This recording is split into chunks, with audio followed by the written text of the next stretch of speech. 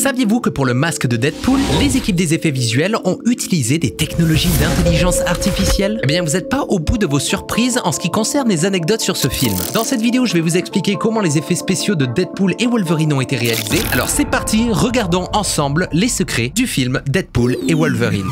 Tout d'abord, nous allons parler des masques de Deadpool et Wolverine.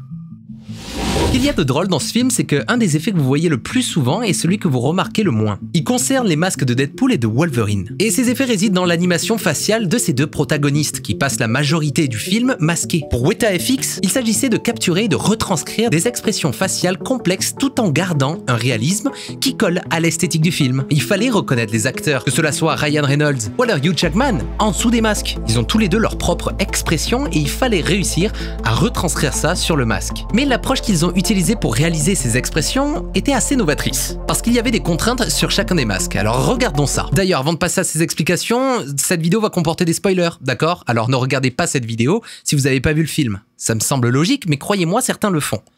Allez, continuons la vidéo. Pour Deadpool, donc, ils ont utilisé de l'intelligence artificielle, du machine learning. Le masque de Deadpool est un élément central de son identité. Il cache presque entièrement son visage, mais paradoxalement, c'est par le visage que des expressions vont être retranscrites. L'équipe de Weta FX a fait appel à une technologie innovante de machine learning pour automatiser une partie de l'animation faciale du personnage. Le processus consistait à analyser l'audio des dialogues qu'il y a dans le film et associer des expressions faciales en fonction du ton, du volume et de l'intensité de la voix. Par exemple, s'il est surpris, ils vont enregistrer que Ryan Reynolds monte ses sourcils, ou alors fait comme ça avec sa bouche, fait n'importe quoi, mais je pense que voilà, c'était pour enregistrer ses mimiques. Et ce qui est particulièrement impressionnant, c'est que cette technologie a permis de générer des micro-expressions, des légers mouvements d'yeux, ou alors des clignements. S'il y avait une grosse explosion, eh bien il faut être surpris, donc il faut que les yeux se clignent. Eh bien tout ça a été automatisé, parce que je vous rappelle que s'il y a une action sur un personnage et qu'il faut embaucher des acteurs pour faire l'animation, ça va impliquer beaucoup de choses. C'est pas juste un clignement d'œil.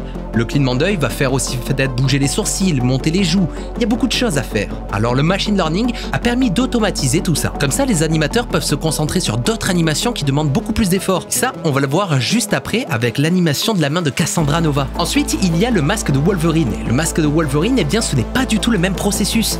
Il ne fonctionne pas de la même manière. On sent qu'il y a plusieurs choses.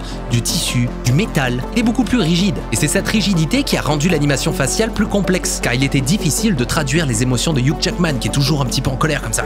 Je suis pas acteur, d'accord? Et du coup, c'est bête, parce que les expressions faciales de Wolverine sont très importantes pour qu'on comprenne sa colère, sa tristesse. Il communique énormément d'émotions par ça. Et pour pallier à ce problème, Weta FX a concentré l'animation sur les parties du visage visibles et les zones du masque qui pouvaient bouger sans trahir le réalisme. Le tissu jaune autour des yeux, par exemple, a été légèrement animé pour suivre les expressions subtiles de Jackman. L'objectif était de retranscrire ses émotions tout en respectant les limites physiques du masque. Et on va partir dans des trucs cartoonesques un peu étranges. Et ça, Deadpool, par contre, il peut se le permettre. Il est très expressif. On peut montrer des choses parce que, on le sait tous, Deadpool, c'est un petit peu un cartoon, même dans la vraie vie. Donc les équipes des effets visuels ont essayé de retranscrire cet effet comics un petit peu sur Wolverine, mais ça marchait pas du tout, c'est pas du tout le même ton de personnage.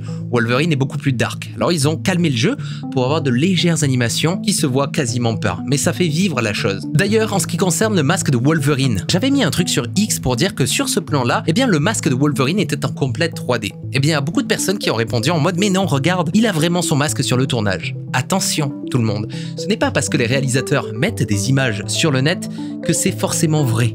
Parfois, l'acteur peut juste porter le masque pour avoir des références par exemple de lumière. Dans certains cas, eh bien, le masque est réel. Par contre, lorsque sur le plan où Wolverine sort le masque de nulle part du coup, eh bien je ne pense pas que ça soit réel, d'accord? Sinon, ils ont inventé littéralement de la magie en vrai. Mais c'est faux, c'est de la 3D. D'ailleurs, ça se voit un petit peu au niveau de la connexion du visage et du masque. C'est quelque chose de très compliqué à faire, mais c'est quand même très bien réalisé. Si on veut parler d'effets spéciaux ratés, en ce qui concerne Wolverine, c'est lors de la bataille finale. Lorsqu'il casse des gueules dans un bus, eh bien on peut voir qu'à la fin, Wolverine est en complète 3D. C'est très moche, d'accord? Ça m'a fait même sortir du film quand j'ai vu ça. Son animation est très rigide, c'est très bizarre parce qu'en fait toute la séquence est en 3D. Ils ont fait vraiment des décors réels. Mais pour le coup, ce combat qui est d'ailleurs, je pense, une référence à Old Boy, ce long travelling dans un bus est complètement faux en 3D et ça faisait bizarre. Et oh, s'il y a des personnes qui me croient pas, regardez ce petit extrait en slow motion. Il y a littéralement le sabre de Deadpool qui rentre à travers le modèle 3D de Wolverine. C'est un petit peu cheap, ça fait partie des choses que normalement les superviseurs peuvent voir à l'œil lorsqu'ils font des retours sur les plans. Donc ça, j'avoue, Wolverine était en 3D, même pas que le masque, parfois il était en complète 3D. C'est un peu chelou. Maintenant, parlons des effets spéciaux des pouvoirs de Cassandra Nova. Ça, c'est un de mes effets préférés du film. Son pouvoir, en fait, c'est de lire dans les pensées des gens, mais littéralement en trifouillant dans leur cervelle avec ses doigts. C'est très trash. Et pour savoir comment ils ont fait ça, eh bien on va se baser sur cette image que les équipes des effets visuels ont sorti. On peut voir le avant et après. Comme on peut le voir, tout son bras et sa main est en complète 3D. Au final, ce n'est que l'actrice qui est à côté de l'acteur et qui dit des trucs. Elle doit jouer un peu comme si elle bougeait avec son corps. Mais au final, ils ont dû scanner son bras en 3D pour ensuite l'animer.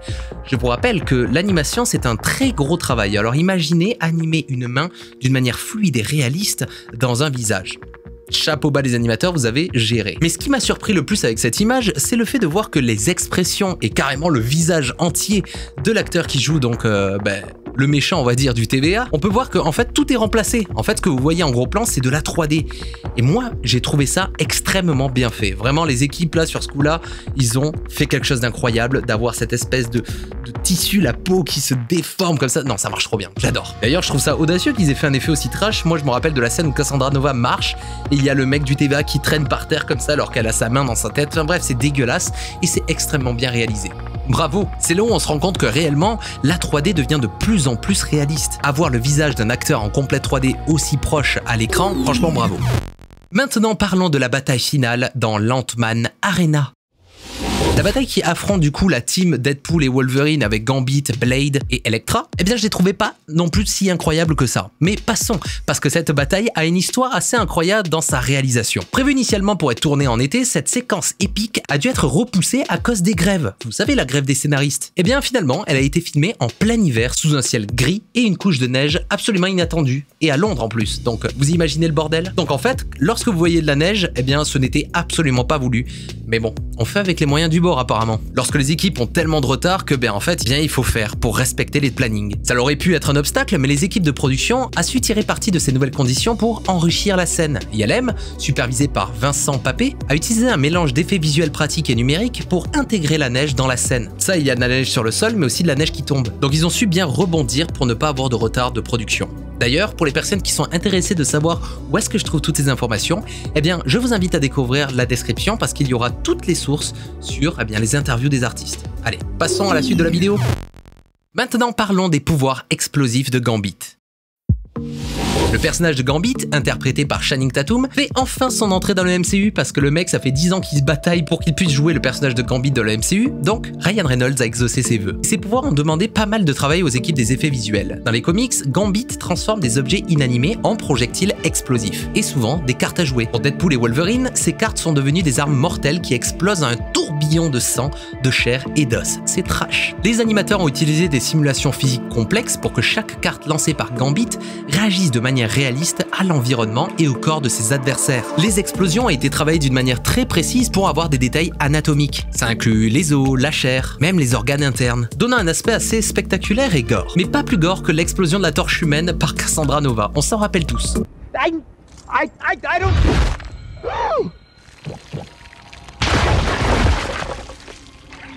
Not my favorite Chris. Maintenant, parlons de l'importance de la pré-production par Framestore.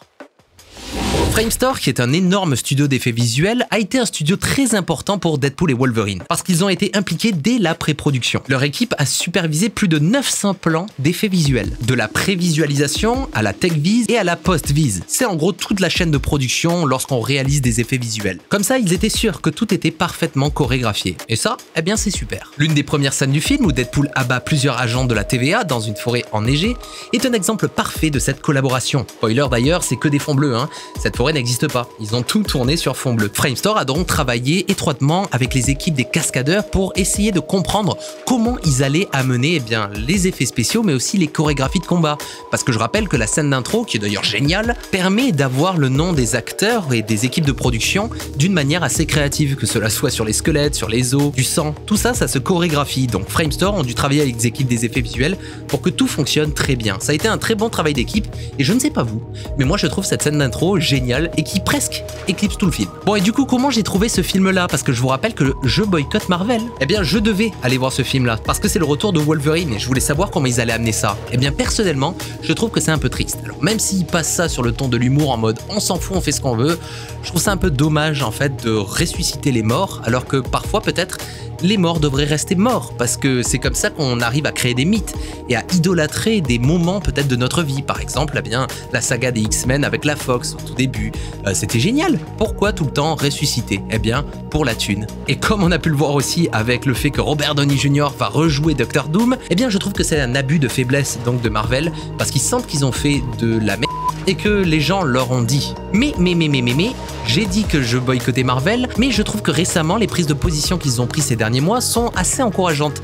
Ils ont réduit le rythme de production pour, je pense, avoir des films de meilleure qualité et laisser souffler les équipes des effets visuels. Et c'est tout ce que je voulais depuis le départ en ce qui concerne Marvel. Alors j'espère que cela va se passer comme ça, que cette multinationale Disney va respecter les artistes qui travaillent sur ces films, qui font des trucs de fou, parce que ça, peut-être vous ne le savez pas, mais le milieu des effets visuels est actuellement dans une énorme crise. Moi, j'ai quasiment tous mes potes qui sont au chômage. C'est très compliqué en ce moment de travailler dans ce milieu-là. J'espère que ça va reprendre et qu'on va voir des films de qualité. Donc je croise les doigts pour que les prochains Marvel soient bien, parce que Deadpool et Wolverine, je ne l'ai pas trouvé mauvais, mais je ne l'ai pas trouvé excellent non plus.